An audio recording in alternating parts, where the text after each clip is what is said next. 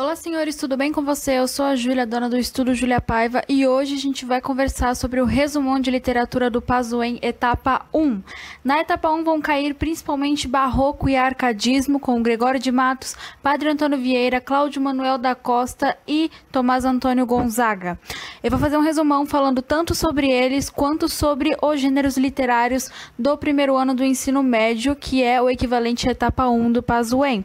Então você vai ver aqui trovadorismo, humanismo, classicismo, quinhentismo, barroco e arcadismo. Aqui embaixo tem os capítulos, então é só você pular para a parte que mais te interessa, que você tá com mais dificuldade. E não esquece de comentar aqui sobre alguma outra matéria que você quer ver um resumo, beleza? Bora pro vídeo. Começando então com o trovadorismo. O trovadorismo ele é marcado pelo período do feudalismo, quando a partir das invasões bárbaras, que entraram no Império Romano, as pessoas passaram a se mudar para os campos, para os feudos, onde elas buscavam abrigo, comida, segurança, e em troca disso elas pagavam impostos ou até mesmo elas davam a sua própria liberdade para os senhores feudais, que eram o clero e a burguesia. Nesse período é importante falar sobre a força da Igreja Católica, que nos leva também ao teocentrismo. O que é o teocentrismo, Ana Júlia? O teocentrismo é o fato de você tornar um Deus acima de tudo, como centro do universo. Tudo que existe ou deixa de existir é para e por ele. A partir desses princípios surgiram também os cavalheiros, que nos trouxe ao cavalheirismo. Os cavalheiros, eles eram homens que defendiam seus territórios, afinal o feudalismo é marcado pela grande posse de território, e além disso eles tinham critérios de honra e seguiam os ensinamentos cristãos. Então o cavalheirismo é muito marcado nesse período. O trovadorismo em Portugal tem seu início com a obra A Ribeirinha, de Paio Soares de Taveirós. E é importante destacar também que as cantigas da época em Portugal eram faladas em galego-português, que é um idioma que provém da Galiza, um povoado que ficava ao norte de Portugal, próximo dentro da Espanha. Das características principais do trovadorismo, a gente pode citar a ideia de servo. O trovador se colocava como servo e demonstrava respeito e principalmente uma relação social em que ele ama uma mulher da nobreza. Então, ao mesmo tempo que ele agia com total respeito à mulher, se referindo a Mia Senhor ou Mia Senhor Fremosa, que eram palavras típicas dos vassalos para se referir ao povo da nobreza, ele também deixava explícito que a mulher para quem ele falava era superior e inatingível. O movimento foi itinerante, o que significa que os trovadores viajavam pelas cortes, pelos burgos, viajavam pelos feudos e eles demonstravam suas composições viajando. Ou seja, suas composições podiam tratar de assuntos políticos, de acontecimentos ou até mesmo de um amor do trovador ou de alguém que pediu para que a cantiga fosse feita para uma mulher.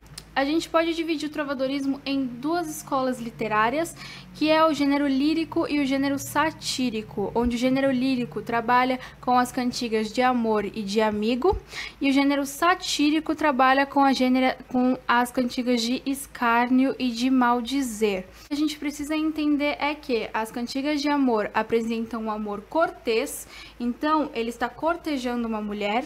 As cantigas de amigo normalmente representam uma versão feminina de amor da época, que sempre era referida a situações do cotidiano e quase nunca a um homem, porque a mulher daquela época tinha que ser bem prendada, sabe? Ela tinha que ser bem do lar, bem quietinha, então não eram cantigas explícitas. Ela falava sobre o céu, ela falava sobre a família, mas nunca sobre um amor cortejador. Cortejador, existe essa palavra? Tudo bem. Já no gênero satírico, o que você precisa entender é que as cantigas de escárnio, elas trabalham com ironias. Elas são cantigas de maldizer por baixo dos panos. Então, ele não satiriza de maneira direta algo. Já nas de maldizer, por outro lado, ele satiriza diretamente e ele ofende diretamente a pessoa para quem ele está cantando ou falando. Agora sobre o humanismo. Enquanto no trovadorismo o foco principal é o feudalismo e o poder da Igreja Católica, no humanismo acontece a saída do povo dos campos, então acontece um processo de urbanização na Europa. A partir dessa urbanização, a Igreja Católica também perde poder. Então o humanismo é extremamente marcado pela centralização. O que é a centralização? Enquanto no feudalismo quem tinha o poder principal era o senhor feudal, no humanismo quem tem o poder é o rei. Então existe o início da monarquia, que também tem o nome de absolutismo. Enquanto isso, na Igreja Católica, ela perde poder por causa de atitudes que ela tomou lá no período do trovadorismo, do feudalismo. As pessoas começaram a negar essas atitudes e começaram a criticar fielmente, inclusive os seus devotos. Mas ainda assim, ela mantém uma estrutura muito grande no cristianismo e é por isso que tem uma grande treta do teocentrismo, que eu já falei aqui no começo do vídeo, e o antropocentrismo, que é um novo movimento, uma nova versão das coisas em que tudo é baseado na ciência. Então, enquanto no teocentrismo tudo vive e deixa de viver por e para uma divindade, no antropocentrismo tudo vive por algum motivo científico.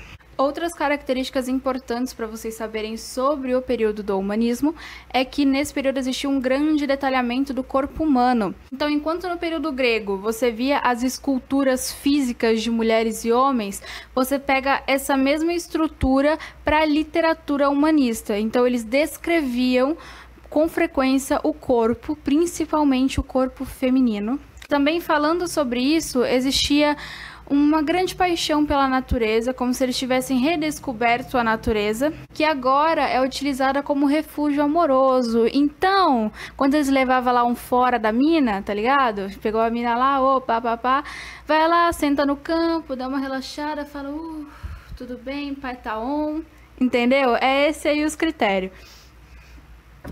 Falando sobre a descentralização do conhecimento, como eu acabei de falar, a Igreja Católica perdeu o poder e enquanto ela tinha poder, ela tomava conta de todo o conhecimento. Eles simplesmente escondiam fatos das pessoas que agora já não podiam mais ser escondidos. Então aconteceu essa abertura de conhecimento. As pessoas começaram a aprender coisas novas, principalmente para o lado científico. Como eu disse, também teve a treta do antropocentrismo versus teocentrismo. Mas é importante ressaltar mesmo assim que existia um grande apoio a valores cristãos e medievais nesse período. As obras desse período foram poesias que inclusive seguiam o mesmo critério das poesias do trovadorismo. Também começaram a se fazer crônicas historiográficas, que são nada mais do que histórias sobre acontecimentos ou momentos ou até mesmo sobre períodos da história da monarquia. Então você via ali a conquista de alguns povos, ou então a história do rei.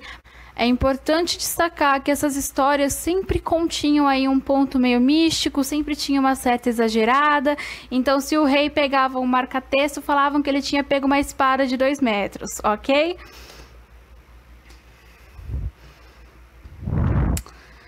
Além disso, também existiam as novelas de cavalaria, que eram histórias sobre a vida dos cavalheiros, sobre situações que eles passavam, também sempre bem aumentadas, sabe? Enquanto o cavalheiro ia numa batalha contra um homem, era como se ele tivesse enfrentado uma guerra contra outros 70.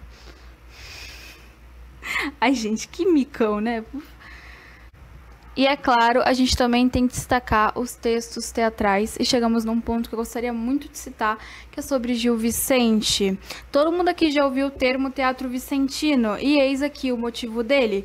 Gil Vicente foi um homem tão influente no teatro do seu período, que foi o teatro humanista, que o seu tipo de teatro hoje em dia é conhecido como teatro vicentino.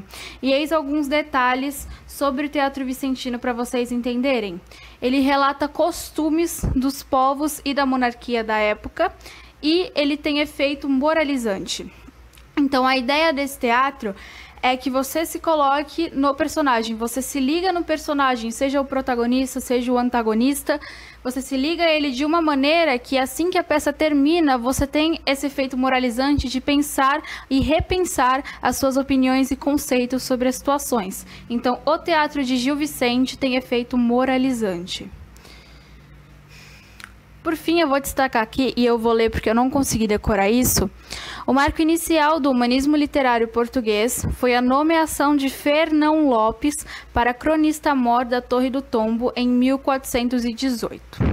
Se eu pudesse resumir para vocês o classicismo em uma frase, seria Renascimento ou cultura clássica greco-romana. Basicamente, eles pegaram elementos artísticos dessas culturas e juntaram na literatura. Algumas características principais desse período, então, é que ele predispõe o humanismo, que são as características humanas. Lembra que eu falei agora há pouco da estrutura grega, da escultura grega, né? Das esculturas romanas também. Então, é mais ou menos isso, só que na literatura. Ele tem uma grande valorização do homem, do humano em si, já não é mais sobre divindades.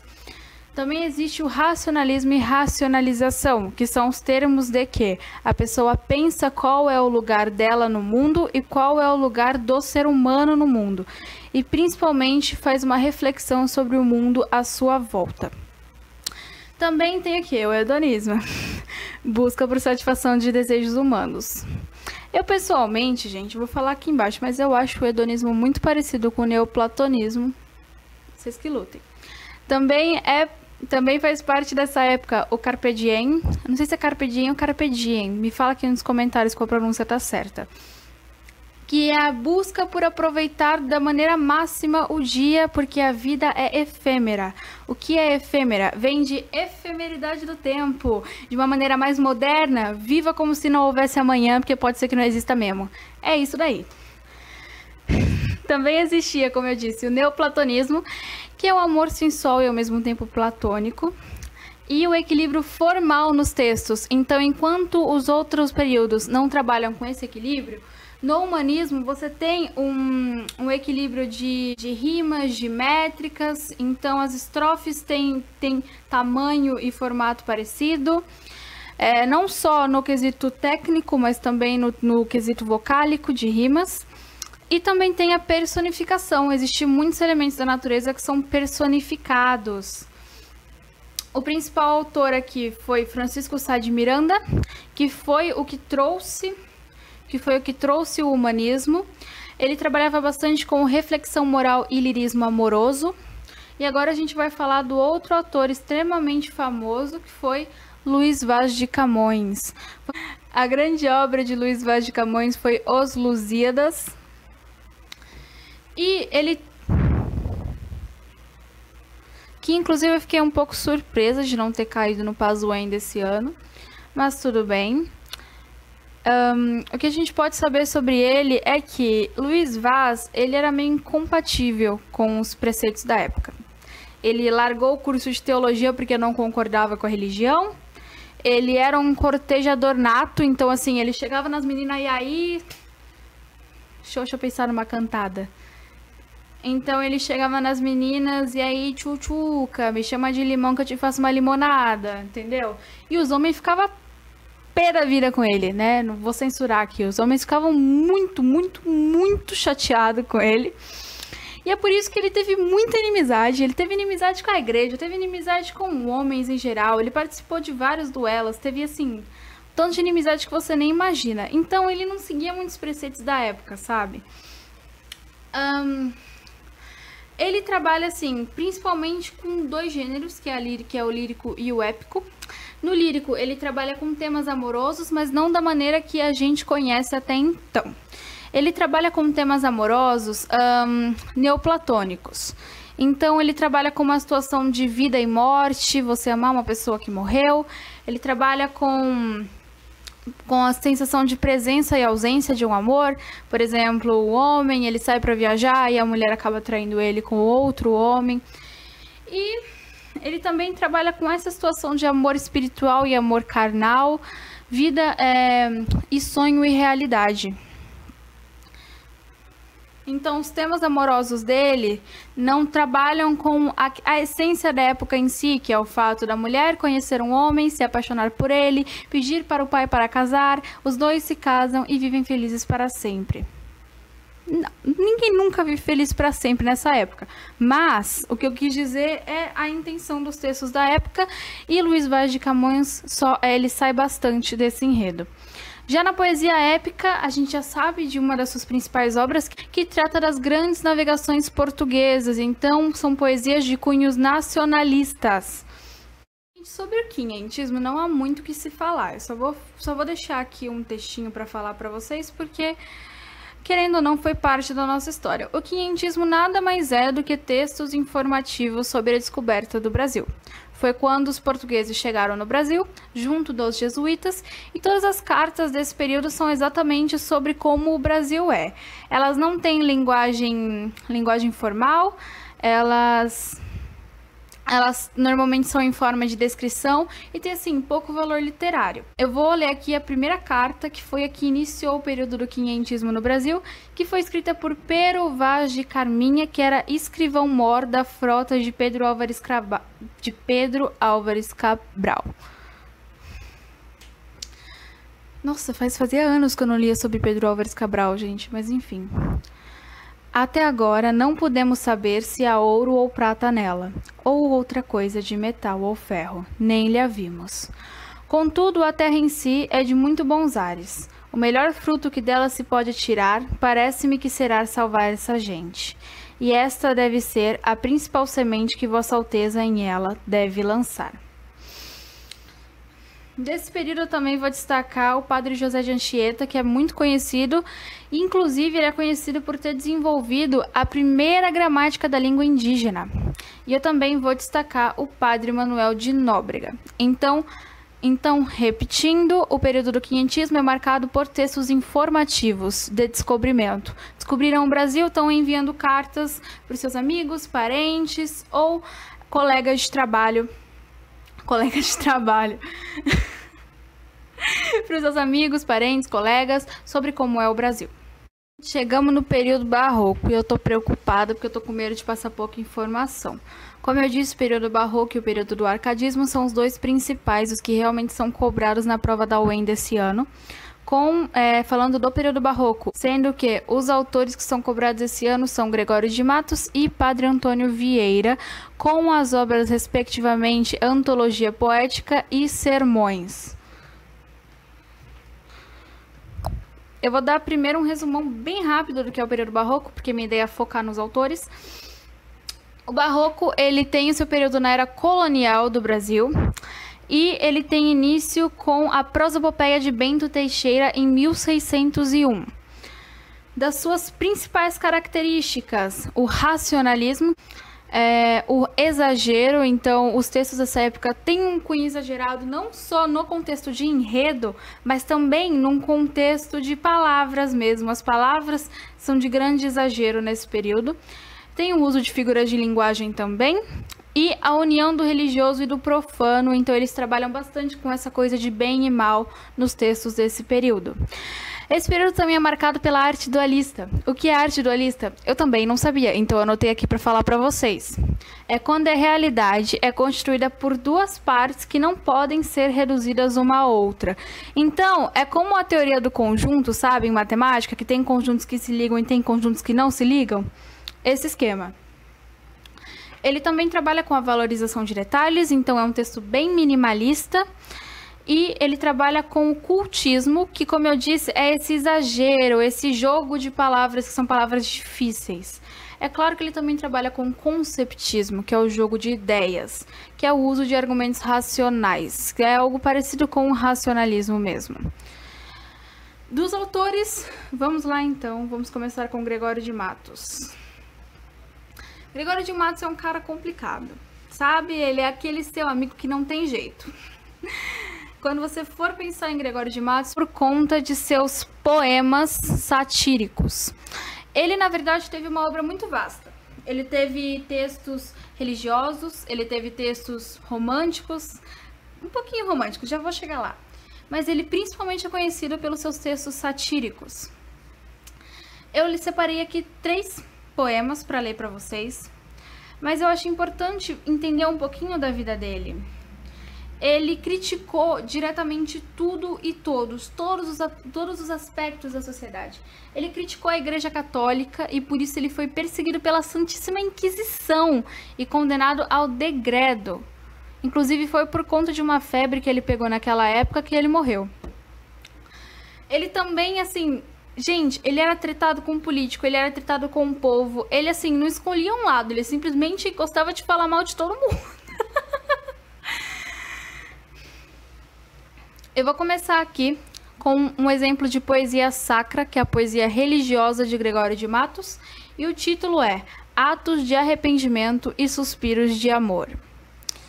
Ofendi-vos, meu Deus, é bem verdade. É verdade, Senhor, que hei delinquido. Delinquido vos tenho e ofendido. Ofendido vos tem minha maldade. Maldade que encaminha vaidade. Vaidade que todo me há vencido. Vencido quero ver-me e arrependido, arrependido a tanta enormidade. Arrependido estou de coração vos busco, dai-me os braços, abraços que me rendem vossa luz. Luz que claro me mostra a salvação pretendo em trais abraços. Misericórdia e amor, Jesus, Jesus. Também trouxe um exemplo de lírica amorosa. Mas o que vocês precisam entender sobre as líricas amorosas de Gregório de Matos é que ele trabalhava com um certo tom de ironia, sabe? Ele gostava de falar sobre essa exploração psicológica do amor, ele gostava de falar sobre neoplatonismo, sobre amantes, ele gostava de falar sobre esse realismo irônico, sabe? Ele gostava bastante de ironizar esse amor que era tão fluente na época, sobre esses casamentos que nunca davam certos. Mas ele também escreveu alguns poemas que eram realmente de cunho de romance. Eu vou ler aqui esse poema do título de Formosura de Ângela. São 4 estrofes. Não vi em minha vida a formosura. Ouvia falar nela cada dia, e ouvida me incitava e me movia a querer ver tão bela arquitetura. Ontem a vi por minha desventura, na cara, no bom ar, na galerdia, de uma mulher que em anjo se mentia, de um sol que se trajava criatura. Me matem, disse então abrasar-me, se esta cousa não é que encarecer-me, sabia o mundo e tanto exagerar-me. Olhos meus, disse então por defender-me, se a beleza hei de ver matar-me, antes olhos cegueis do que eu perder-me. Eu adorei esse poema, só para deixar claro aqui. E por fim, a gente vai chegar aqui no grande destaque da noite, daquele que você olha e fala, minha nossa, vamos chegar no quê? No nosso querido Boca de Inferno, nosso querido Gregório de Matos. E o que a gente precisa entender sobre Gregório de Matos, meus amigos, e é gol! A gente precisa entender que Gregório de Matos não perdoava ninguém. Então não importava se você era branco, negro, pobre, rico, da monarquia, fora da monarquia, do país, de fora do país, Gregório de Matos ia adorar falar mal de você. Ok? Eu vou ler aqui um poema sobre a cidade da Bahia, do período em que ele estava meio tretado com o governador, então ele estava falando bem mal do cara. Novamente o título é A Cidade da Bahia. Vamos lá. A cada canto um grande conselheiro, que nos quer governar cabana e vinha. Não sabem governar sua cozinha, mas querem governar o mundo inteiro. Em cada porta um frequentado olheiro, que a vida do vizinho e da vizinha pesquisa, escuta, espreita e esquadrinha, para levar à praça e ao terreiro. Muitos mulatos desavergonhados, trazidos pelos pés os homens nobres, posta nas palmas toda a picardia, estupendas usuras nos mercados, todos os que não furtam, muito pobres. E eis aqui a cidade da Bahia.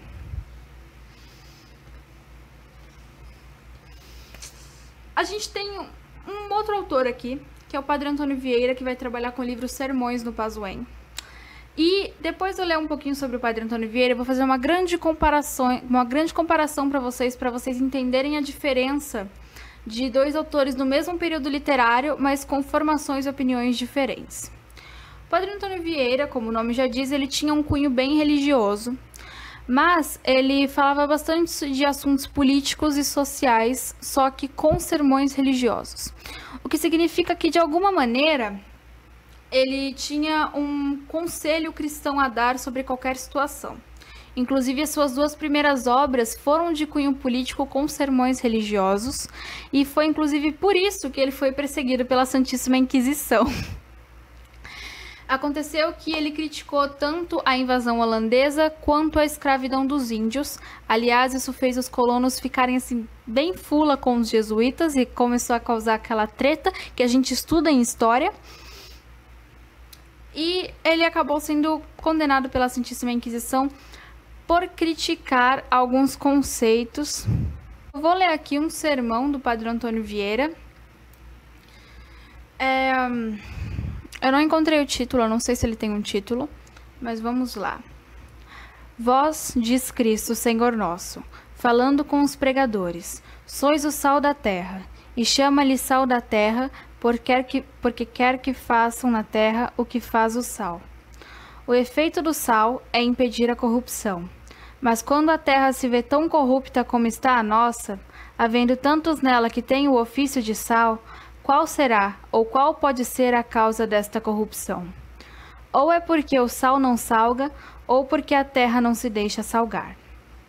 Ou é porque o sal não salga e os pregadores não pregam a verdadeira doutrina, ou porque a terra não se deixa salgar e os ouvintes, sendo a verdadeira doutrina que lhes dão, não querem receber. Ou é porque o sal não salga e os pregadores dizem uma coisa e fazem outra, ou porque a terra não se deixa salgar e os ouvintes querem antes imitar o que eles fazem, que fazer o que dizem. O que a gente tem a dizer sobre Padre Antônio Vieira é que ele tem um cunho diferente de Gregório de Matos. Enquanto Gregório de Matos critica, mete o porre, ele fala que aquilo tá errado, ele deixa explícito o que ele acha errado, e deixa por isso mesmo, ele só fala que tá errado. Padre Antônio Vieira, ele fala que tá errado, ele demonstra o problema e ele usa os seus sermões, os seus conselhos para tentar corrigir a situação. Então ele pega um problema político e ele dá um conselho religioso a partir disso. Isso é a principal diferença entre os dois. Enquanto Gregório de Matos, ele simplesmente fala que está errado, julga e deixa por isso mesmo, ele só quer realmente mostrar que está errado. Padre Antônio Vieira não só quer mostrar que está errado, como ele quer corrigir o problema. Chegamos no arcadismo, que aliás é meu movimento favorito, porque ele vai trabalhar com Marília de Dirceu. Vamos lá. O arcadismo também pode ser chamado de neoclassicismo, porque ele também busca elementos clássicos. Ele trabalha principalmente com a oposição ao barroco. Enquanto o barroco trabalha com um vocabulário muito formal, muito extravagante, o arcadismo trabalha com um vocabulário simples, uma linguagem calma, fácil de entender. Também é marcado nesse período o iluminismo, que trouxe um desenvolvimento técnico e tecnológico para o período, então existiu essa industrialização, as máquinas começaram a trabalhar, e isso com certeza trouxe um forte êxodo rural e uma expansão urbana, ou seja, aconteceu novamente uma urbanização. As pessoas novamente migraram para as grandes cidades.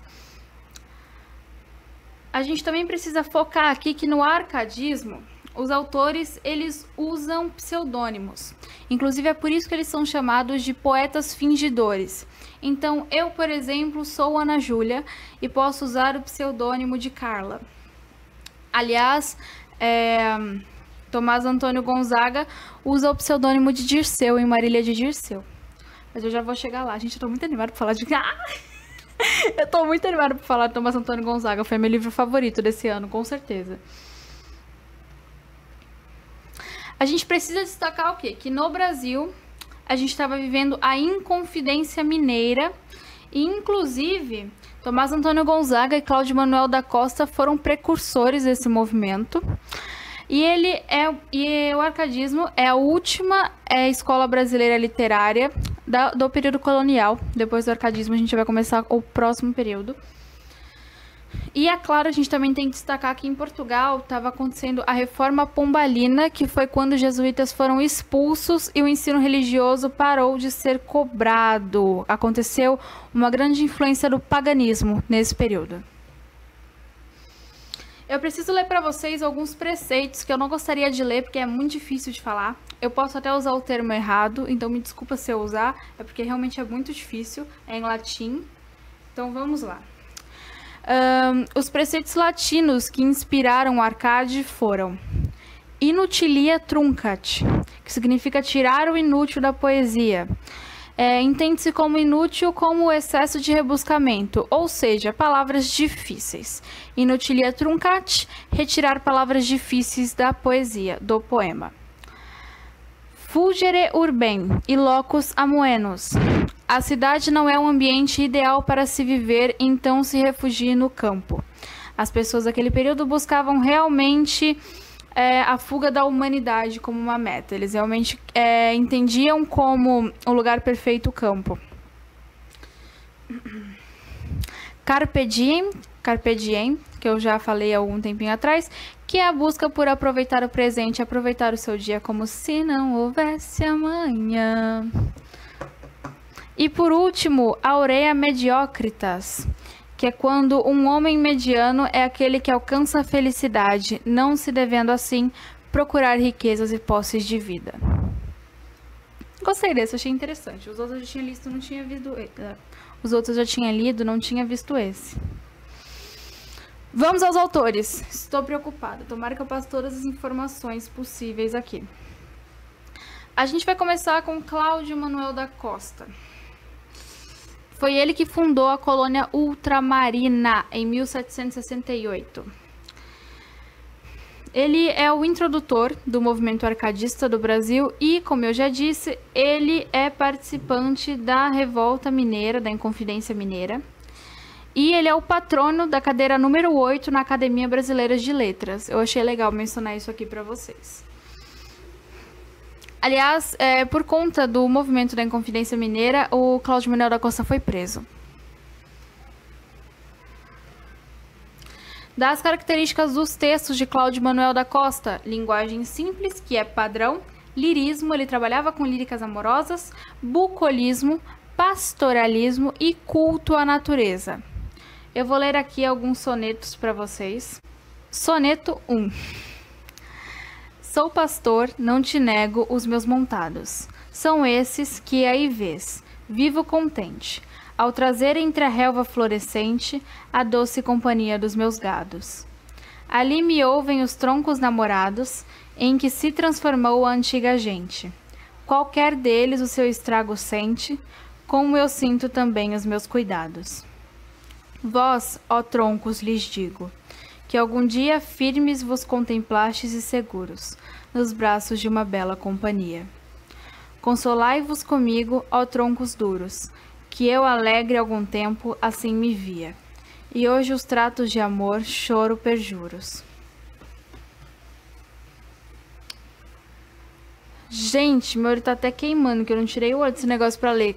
Tem umas palavras que confundem muito, ele trabalha muito com S. Soneto número 2. Este é o rio, a montanha é esta, esses os troncos, estes os rochedos. São essas indas os mesmos arvoredos, esta é a mesma rústica floresta. Tudo cheio de horror se manifesta, rio, montanha, troncos e penedos, que de amor nos suavíssimos enredos foi cena alegre e urna é já funesta. Oh, quão lembrado estou de haver subido aquele monte e às vezes que baixando, deixei do pranto o vale umedecido. Tudo me está a memória retratando, que da mesma saudade o infame ruído vem as mortas espécies despertando.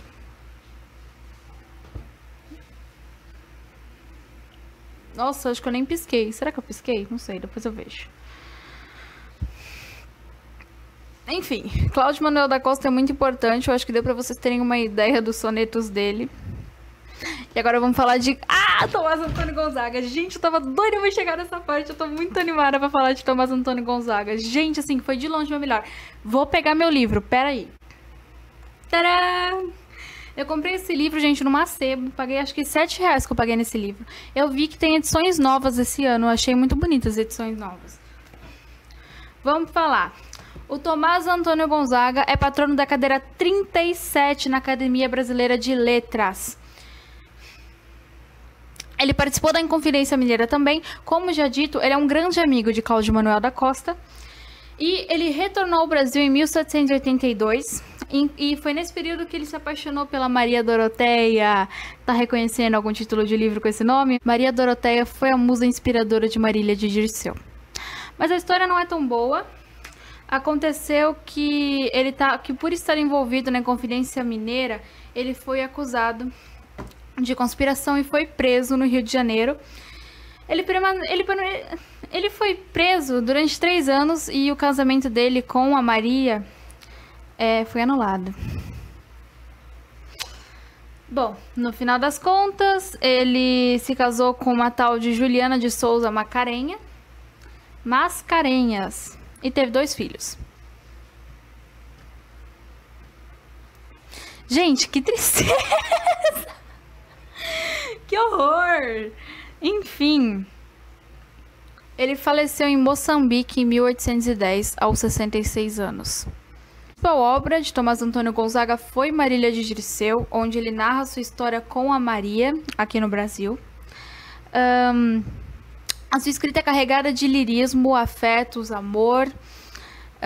Ele também trata de alguma maneira de alguns conceitos da sociedade da época, de algumas políticas da sociedade da época, e ele sempre declara um grande amor para a pastora dela. Eu deixei um texto aqui, mas eu vou ler do meu livro. Gente, tem várias estrofes de Marília de Dirceu que eu gostaria de ler para vocês, para deixar claro, mas tem uma que é a minha favorita e eu gostaria muito de mostrar para vocês. Aqui, ela faz parte da Lira 2 do livro, e aqui no meu fica na página 20. É só uma estrofe. Tu, Marília, agora vendo, de amor o lindo retrato, contigo estarás dizendo que este é o retrato teu. Sim, Marília, a cópia tua, que Cupido é Deus suposto, se há Cupido é só teu rosto, que ele foi quem me venceu. Ai, gente, que coisa fofa! Ai, só eu aqui me divertindo com um livro de literatura do Paz, velho. Mas, eu adoro esse livro. Comprem Marília de Dirceu, porque é o meu livro favorito de todos os tempos, com certeza. Como eu disse, esse vídeo é um resumo, mas eu tenho vários textos sobre essa área da literatura que eu vou deixar aqui na descrição para quem quiser pegar. Foi muito bom ter feito esse resumo com vocês, porque eu também tinha algumas dúvidas em literatura. Se ficou alguma dúvida, se ficou alguma coisa mal explicada, comenta aqui que eu vou te ajudar, eu vou responder todos os comentários. Muito obrigada por ter assistido ao vídeo. Não esquece de se inscrever no meu canal para me ajudar com esses resumões, que dá muito trabalho para fazer. Não esquece de me seguir nas redes sociais, que no momento é só o meu Instagram. E não esquece de deixar o seu like, beleza? Muito obrigada. Bom Paz pra vocês, não esquece de estudar, o Paz tá chegando, gente, bora, beleza? Até a próxima.